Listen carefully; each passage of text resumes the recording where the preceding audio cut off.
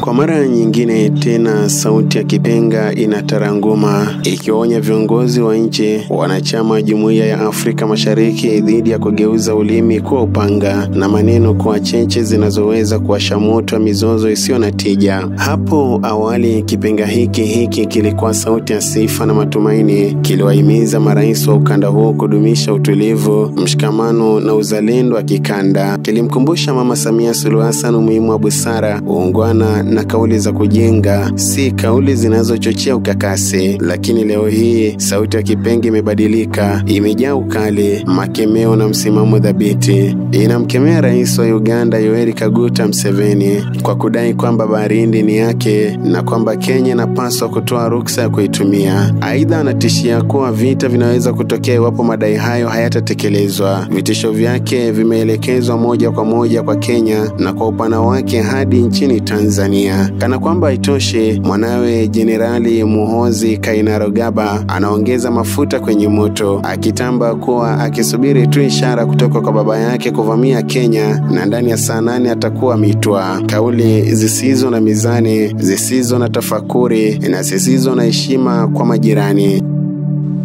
How do I export my products? That's why we have got endless discussion with Kenya. Then this one stopped, then another one comes, then the railway, the pipeline, the what, we discuss. But that ocean belongs to me. Because where is my ocean? I'm entitled to that ocean. In future we are going to have wars.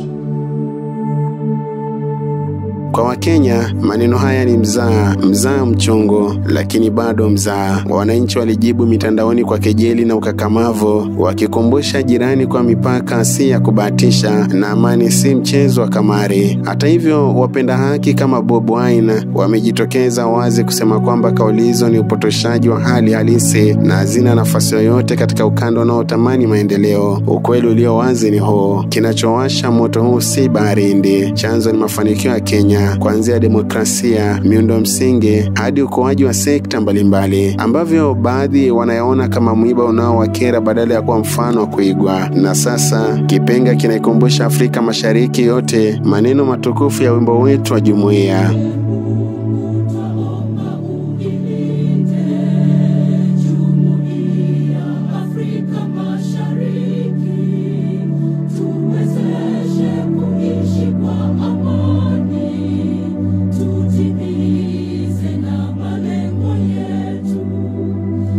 Huu ndio mwito wa amani, huu ndio msingi wa umoja, na leo tena tumepuliza Kipenga. Mimi ni Agadias Ikoha.